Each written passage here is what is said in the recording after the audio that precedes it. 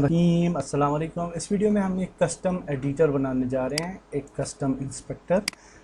जैसे कि आपको पता है कि हम जब भी डिबगिंग करते हैं तो या तो हमें कंसोल में जाना पड़ता है, debug.log स्टेटमेंट लिखनी पड़ती है, या फिर यहाँ से वेरिएबल्स को पब्लिक करना पड़ता है। तो इस दिक्कत से बचने के लिए हम एक कस्टम एडिटर बनाएंगे और उसके अंदर अपनी जितने भी वेरिएबल्स हैं उनकी वैल्यूज़ को शो करेंगे ताकि हमारी टेस्टिंग जो है वो आसान हो। तो हम यहाँ पे लिखते हैं कस्टम इनपुट एडिटर, नाम दे देते हैं इसे, और इसको ओपन करते हैं। तो कस्टम इनपुट एडिटर जो होता है उसके अंदर सबसे पहली चीज़ है कि हम मोनो बिहेवियर क्लास यूज़ नहीं करते। तो सबसे पहले तो हम यहाँ पे इंक्लूड करेंगे यूजिंग यूनिटी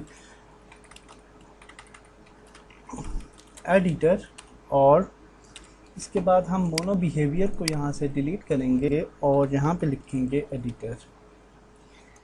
और जिस तरह से हमने बाकी की स्क्रिप्ट्स में किया है इसी तरह से यहाँ पे भी नेम स्पेस इंसर्ट दे देते हैं और इसको यहाँ पे क्लोज करते हैं नेम स्पेस को। और ये जो फंक्शंस हैं इनको भी डिलीट कर देते हैं, ये भी हमें नहीं चाहिए।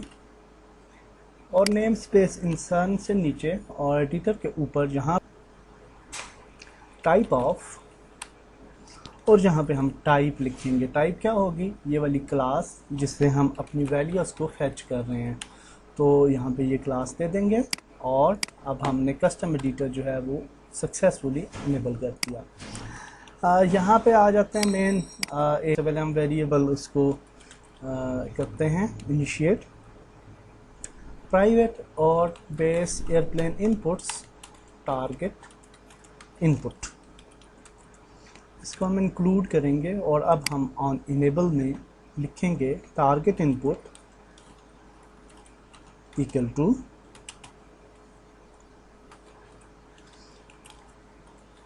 Base airplane inputs target.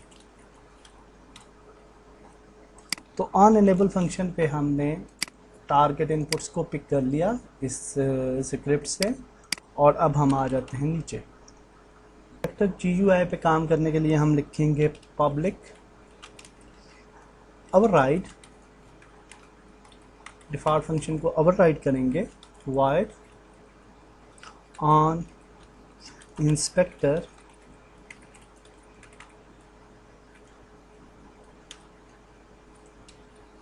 GUI, लिखेंगे paste dot on inspector GUI,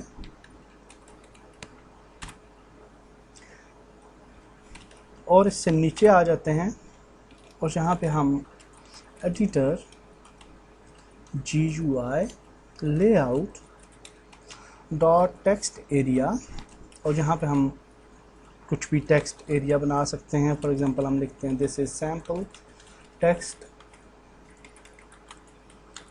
और अगर अब हम जाएंगे यूनिटी एडिटर पे, तो यहाँ पे जाते हैं एयरप्लेन पे, इसको सेलेक्ट करते हैं। तो यहाँ पे अब आप देख सकते हैं कि हमें सैम्पल एरिया ये नज़र आ रहा है GUI लेआउट के का। और यहाँ पे हम अपनी वैल्यूज़ को शो करवाएंगे। तो सबसे पहले इसको कस्टमाइज़ कर लेते हैं, इस एरिया को, इसको हाइट वगैरह दे देते हैं। और हाइट वगैरह देने के लिए हम GUI लेआउट डॉट स्पेस, रोज़ के अंदर स्पेस देने के लिए, और हम इसको स्पेस दे देते हैं 20। और इसको कॉपी करते हैं यहाँ से नीचे, इसको यहाँ पे पेस्ट करते हैं और यहाँ पे कामा डालते हैं और लिखते हैं GUI लेआउट डॉट हाइट दे देते हैं। और हाइट हम देना चाहते हैं जी 200, और सेव करते हैं। और अब हम आते हैं एडिटर में। तो अब रिफ़्रेश होगी स्क्रिप्ट, तो अब आप देख सकते हैं कि एरिया हाइट में ज़्यादा हो चुका है और हम इधर अपने वेरिएबल्स वगैरह को, उनकी डिटेल्स को देख पाएंगे। तो दैट्स ग्रेट। अब अगर कोई वेरिएबल यानी कि हम कोई वैल्यू यहाँ पे शो करवाना चाहते हैं इंस्टेड ऑफ दिस टेक्स्ट, तो अब हम यहाँ पे लिखते हैं फॉर एग्जांपल पिच को शो करवाना चाहते हैं तो पिच और प्लस, जैसे कि ये तो पता ही है आपको कि हम प्लस देंगे वैल्यू को शो करने के लिए, और यहाँ पे स्पेस दी है ताकि थोड़ी सी स्पेस है पिच के आगे। और यहाँ पे हम लिखेंगे टारगेट इनपुट, क्योंकि टारगेट इनपुट जो है इस प्रॉपर्टी के अंदर सारी वैल्यूज़ जो हैं वो सेव हैं। तो यहाँ पे हम लिखेंगे टारगेट इनपुट डॉट पिच। तो सेव करते हैं और देखते हैं यहाँ पे, तो यहाँ पे आपको पिच नज़र आएगी और उसकी वैल्यू आपको नज़र आ रही है 0। को शो करने के लिए हमें डिबग को कॉल करना पड़ेगा। तो हम एक स्ट्रिंग बनाएंगे, स्ट्रिंग डिबग इन्फो और इक्वल टू, यहाँ पे हम बस ये दे देते हैं इन्वर्टेड कॉमास और स्पेस, ताकि यहाँ पे हम वैल्यू शो यानी कि पिक करेंगे। और यहाँ पे जहाँ पे ये पिच हम पिक कर रहे हैं तो पिच इक्वल टू बेशक यहाँ डाल दें या जो भी साइन आप बेहतर समझें। और उसके बाद हम ये जहाँ पे पिक कर रहे हैं तो यहाँ पे लिखेंगे डिबग इन्फो। तो यहाँ पे डिबग इन्फो को हम कॉल करेंगे। अब डिबग इन्फो को हम किस तरह असाइन करेंगे, different info plus equal to, तो सबसे पहले अगर पिच है तो पिच के लिए हम करेंगे पिच, और उसी तरह से plus target input dot pitch.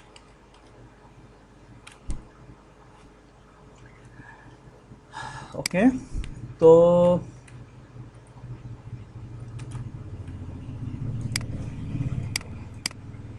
Info और जहाँ पे पिच इक्वल टू, क्योंकि ये वाला टेक्स्ट वहाँ पे शो होगा डिबग इन्फो में, और यहाँ पे रोल है तो रोल,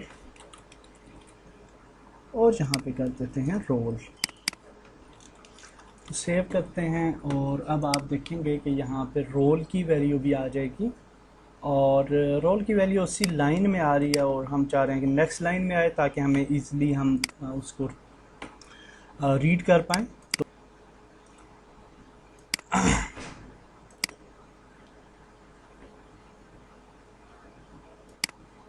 यहाँ पे लिखेंगे प्लस, और नेक्स्ट लाइन के लिए हम ये वाला सिंबल यूज़ करते हैं एन, सॉरी इसका अपोजिट हमने यूज़ करना है, और वो कौन सी की पे आता है, ये हाँ इस की पे आ रहा है, तो ये वाला सिंबल हमने यूज़ करना है। सेव, और अब हम देखते हैं तो होपफुली ये नेक्स्ट लाइन में आ जाएगा। तो ओके जी, तो अब हम इनको टेस्ट करते हैं। यहाँ पे आ जाते हैं अपने इंस्पेक्टर में, ये एडिटर में, और प्ले करते हैं गेम, और कोई भी वैल्यू चेंज करके देखते हैं। तो आप देख सकते हैं कि कोई वैल्यू चेंज नहीं हो रही, और उसकी वजह यह है कि एक्चुअली हमने डीबग को यानी उसको हमने रीपेंट नहीं किया। एक फंक्शन है जिसको हमें इधर लिखना पड़ेगा लास्ट में, और वो है रीपेंट। और अब होपफुली वैल्यूज़ जो हैं हमारी हाँ काम करेंगी। तो लेट्स सी, हाँ तो अब आप देख सकते हैं कि सारी वैल्यूज़ जो हैं वो काम कर रही हैं। या थ्रटल, उसके बाद हम ए प्रेस करते हैं तो रोल है, एस से पिच है, और स्पेस से ब्रेक है, और एफ से फ्लैप है, और जी से फ्लैप माइनस में जा रहा है। तो नेक्स्ट वीडियो में हम कुछ मज़ीद सीखते हैं। अल्लाह हाफिज़।